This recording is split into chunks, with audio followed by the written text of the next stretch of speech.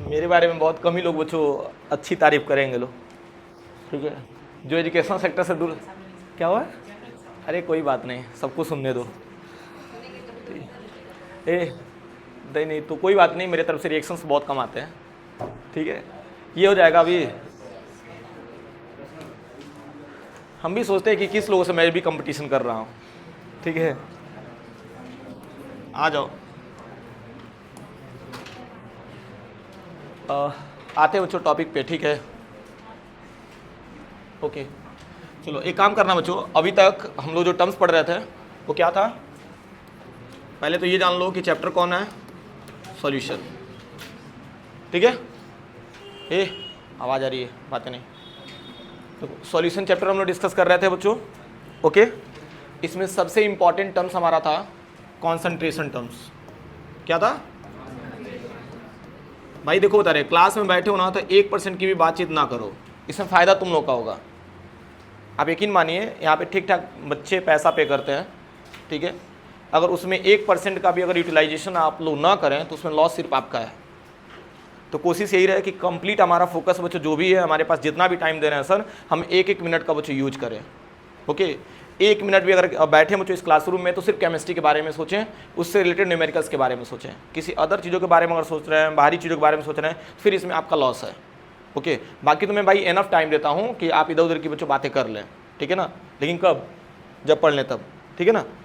तो ध्यान देना, सॉल्यूशन हमारा बच्चों चैप्टर था, इसमें हम लोग एक टर्म्स पढ़ रहे थे बच्चों, कॉन्सेंट्रेशन टर्म्स, ओके। देखो कॉन्सेंट्रेशन टर्म्स में जो भी फॉर्मूले हमारे आए बच्चों इंपॉर्टेंट, उसको मैं एक बार लिख दे रहा हूँ, ओके। ये आपके लिए बच्चों काफ़ी मतलब बेनिफिशियल हो जाएगा। Formula, okay. फॉर्मूले में सबसे इंपॉर्टेंट हमारा टर्म्स था बच्चों मास परसेंटेज। सबसे पहले क्या था टर्म्स? तो मास परसेंटेज की अगर हम बात करेंगे बच्चों तो क्या हो जाएगा? मास ऑफ सॉल्यूट, नीचे क्या हो जाएगा बच्चों? मास ऑफ सॉल्यूशन था बच्चों। ये चीज़ ध्यान देना, मास परसेंटेज का अगर वैल्यू निकालना होगा तो आप कैसे फाइंड करेंगे? मास ऑफ सॉल्यूट, नीचे क्या हो जाएगा? मास ऑफ सॉल्यूशन, इनटू क्या हो जाएगा? 100 हो जाएगा। एक पहला फॉर्मूला हमारा ये था, क्लियर है। फिर नेक्स्ट क्या था बच्चों? सेकेंड नंबर वॉल्यूम परसेंटेज ले लो। क्या लेना बच्चों? Volume percentage. तो यहाँ पे देख लेना बच्चों, रिवाइज एक बार करा रहा हूँ मैं, वॉल्यूम ऑफ सॉल्यूट, ओके। नीचे क्या हो जाएगा? Total volume of solution, total volume of solution into क्या हो जाएगा? 100। अच्छे से ध्यान दो, भूलो मत। फिर थर्ड पार्ट हम देखते हैं बच्चों, क्या था बच्चों? वेट बाई या mass by volume percentage, weight by volume percentage. मैंने बोला ना, यहीं से अगर ध्यान दोगे तो अच्छे से सीख लोगे। बच्चा तुम भी इधर ध्यान दो, ठीक है। वेट बाई वॉल्यूम परसेंटेज, ये तो वेट मैंने लिखा ना पहले, तो पहले वेट हमने लिखा, तो यानी कि इसका मीनिंग है वेट ऑफ सॉल्यूट, एंड नीचे क्या हो जाएगा? वॉल्यूम ऑफ सॉल्यूशन हो जाएगा, और इन लीटर हो जाएगा। क्लियर है कि नहीं? ठीक है, लीटर में ही रहता है ना, ml में लेते हैं, 100 ml करके लेते हैं, लेकिन आप जनरली लिखो मत ये सब चीज़ें, क्या करना है। और क्या हो जाएगा? 100, क्योंकि जो नीचे यूनिट रहेगा वही क्या रहेगा आपका, ऊपर भी उसी के अकॉर्डिंग। मान लो जैसे नीचे अगर मिलीलीटर रहेगा तो ऊपर क्या रहेगा? ग्राम रहेगा। नीचे लीटर रहेगा तो ऊपर क्या रहेगा? केजी रहेगा बच्चों। तो इस तरीके से मेंशन कर सकते हैं। तो ये तीनों टर्म्स आपको क्लियर हो रहे होंगे, आसान है। इसके आगे का टर्म्स देखते हैं बच्चों, 4 पार्ट्स, ठीक है ना। फोर्थ नंबर में आ जाएगा मोलैरिटी। मैं आप सभी लोगों से बच्चों कह रहा हूँ ना कि कंप्लीट आप लोग फोकस करिए, ये लास्ट है बच्चों। मोलैरिटी की बात करेंगे अगर हम लोग, तो मोलैरिटी इक्वल्स टू क्या होता है? Given mass upon molar mass into volume इन। अगर ml में लेते हैं तो 1000 से क्या कर देंगे? मल्टीप्लाई कर देंगे। अगर हम ये भी ना करें, अगर लीटर में लेते हैं तो यहाँ पे क्या हो जाएगा? 1000 से मल्टीप्लाई मत करना, मोलर मास इनटू क्या हो जाएगा? Volume in litre. हो जाएगा कि नहीं? ये 2 फॉर्मूले बच्चों हमारे रेडी हुए थे, ओके। मोलैरिटी के बाद हम लोग जस्ट बच्चों क्या पढ़े थे? नॉर्मैलिटी। क्या पढ़े थे? नॉर्मैलिटी का फॉर्मूला क्या होता है? Given mass upon molar mass, volume in litre ले लेना, इनटू क्या कर देना एन फैक्टर। क्लियर है कि नहीं? फिर हमने और भी फॉर्मूले बच्चों डेराइव किए थे, लाइक मोलैरिटी एंड नॉर्मैलिटी में रिलेशन था, याद करिए। तो 6 नंबर का बच्चों आपका फॉर्मूला क्या था, ये भी देख लीजिए। नॉर्मैलिटी, हाँ, नॉर्मैलिटी इक्वल्स टू क्या था बच्चों, मोलैरिटी इनटू एन फैक्टर। देखो कैसे, ये बताओ यहाँ पे हमारा टर्म्स क्या है, मोलैरिटी है। देखो इसमें कॉमन दिख रहा है कि नहीं, गिवन मास अपन मोलर मास इनटू वॉल्यूम। तो इस वाले टर्म्स के जगह पे हम लोग क्या लिख सकते हैं, मोलैरिटी लिख सकते हैं कि नहीं। तो यहाँ पे लिख लेना कैपिटल M इंटू क्या हो जाएगा N factor. This is the relation between normality and molarity. बहुत आसान है यार, बस थोड़ा थोड़ा ध्यान देना है, ठीक है ना। ये हमको लग रहा है बच्चों ना कितनी बार मैंने इसको जो रिपीट कर दिया है कि नहीं, तो याद तो हो ही जाना है। फिर 7th पार्ट में हम लोग देखेंगे बच्चों स्ट्रेंथ, किसकी बात कर ले हम लोग। तो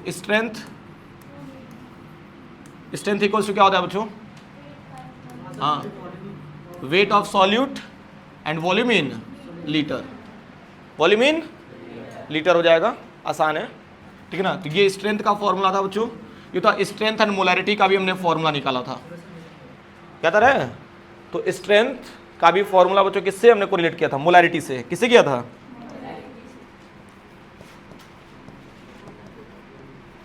ओके।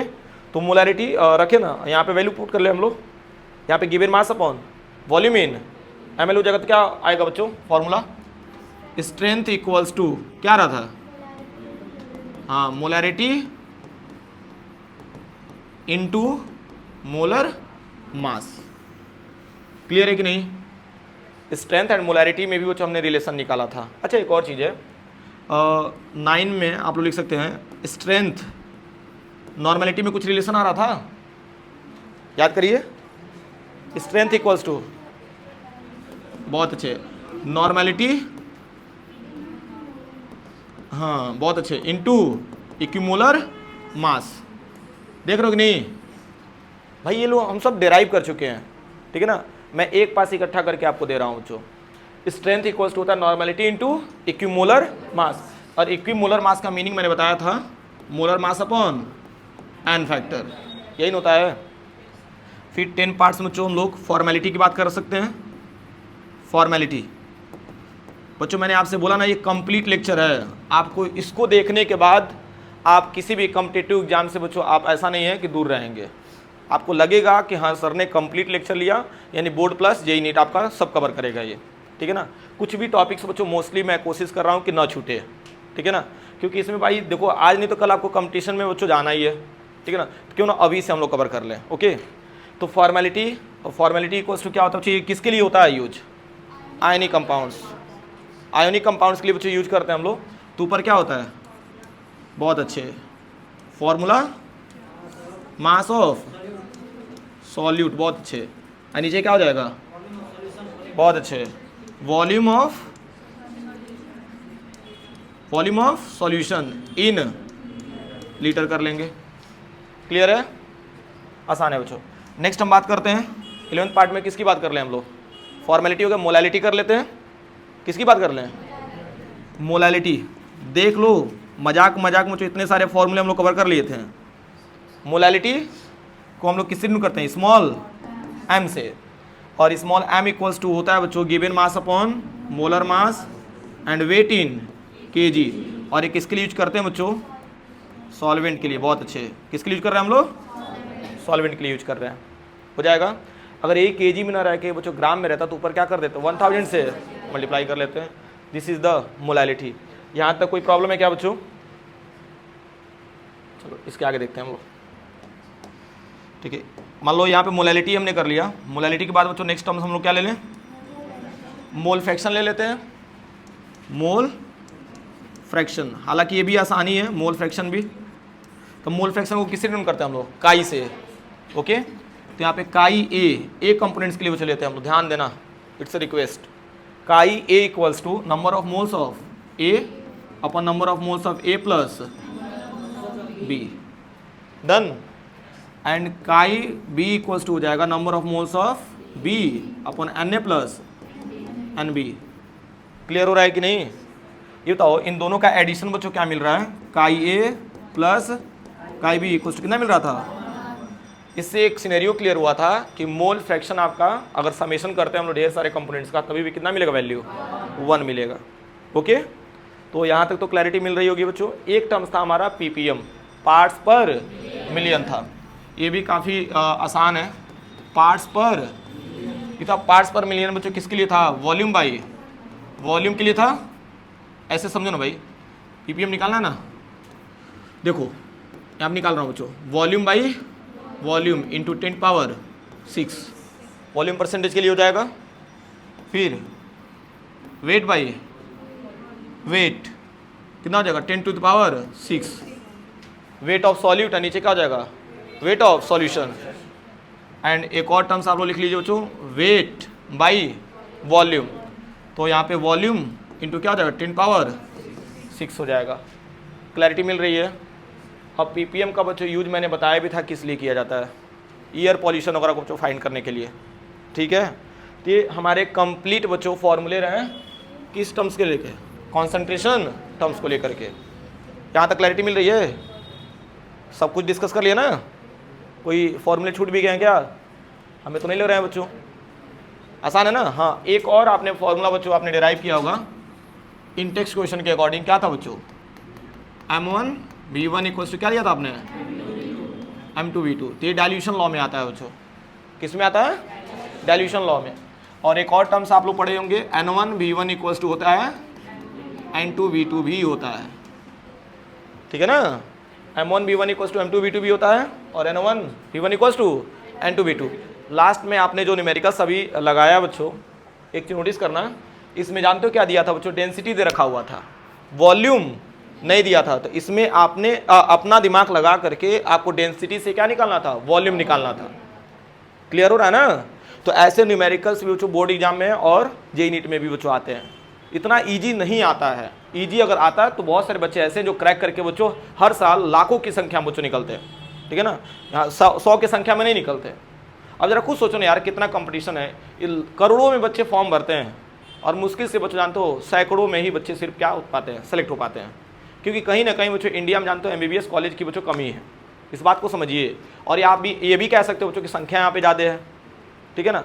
और सबसे इंपॉर्टेंट चीज़ क्या है इसके बारे में समझो, हम लोग जानते हो आउट ऑफ कंट्री खूब आसानी से बच्चों एमबीबीएस कर सकते हैं, उसमें बहुत ज़्यादा टफ नहीं होता है, लेकिन इंडिया में बच्चों एमबीबीएस करना बहुत टफ होता है। अच्छा, एक और चीज़ है, क्यों लोग फॉरेन में मतलब क्यों नहीं मतलब चाहते हैं कि हम एमबीबीएस करें, और इंडिया में क्यों चाहते हैं लोग करना, कोई इसका रीज़न बता सकता है?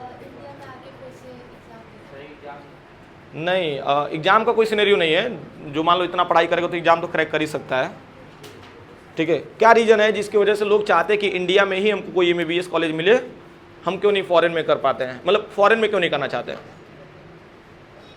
मोस्टली लोगों का चॉइस बच्चों इंडिया में ही होता है। अब क्या दोगे सर, इंडिया, भाई हम भारतीय हैं तो भाई भारत में ही करना चाहते हैं, भाई हमको एक टैग चाहिए ना डॉक्टर की, तो फॉरेन में आसानी से मिल जाती है। आसानी से क्या मिलती है, मतलब पैसा तो लगता ही है हर एक जगह भाई, बताओ। बाहर जाओगे तो 30 से 40 लाख में लगभग हो जाएगा, लेकिन अगर वही इंडिया में करते हो तो 1 करोड़ के आसपास में डोनेशन बच्चों आपको देना पड़ जाएगा। इतना टफ क्यों है इंडिया में, बताएं हम बच्चों, ध्यान से सुनो। अगर आप फॉरेन कंट्री में एमबीबीएस करते हो तो वहाँ पे बच्चों जानते हो आपको कम सीखने को मिलता है, क्योंकि मरीज बहुत कम मिलते हैं, बात समझ रहे हो ना। लेकिन इंडिया में मरीज बहुत ज़्यादा मिलते हैं, ठीक है ना, तो उसके अकॉर्डिंग आपका प्रैक्टिस बहुत अच्छा खासा होगा। तो ये रीज़न है बच्चों कि इंडिया में एमबीबीएस करने का मतलब कुछ बच्चों आप बेहतर कर पाएंगे, ठीक है ना। वहाँ भाई जब मरीज ही नहीं रहेंगे तो आप बस सिखा देंगे, किताबी भाषा पढ़ लेंगे, एक्सपेरिमेंट आप बहुत ज़्यादा कर ही नहीं पाएंगे।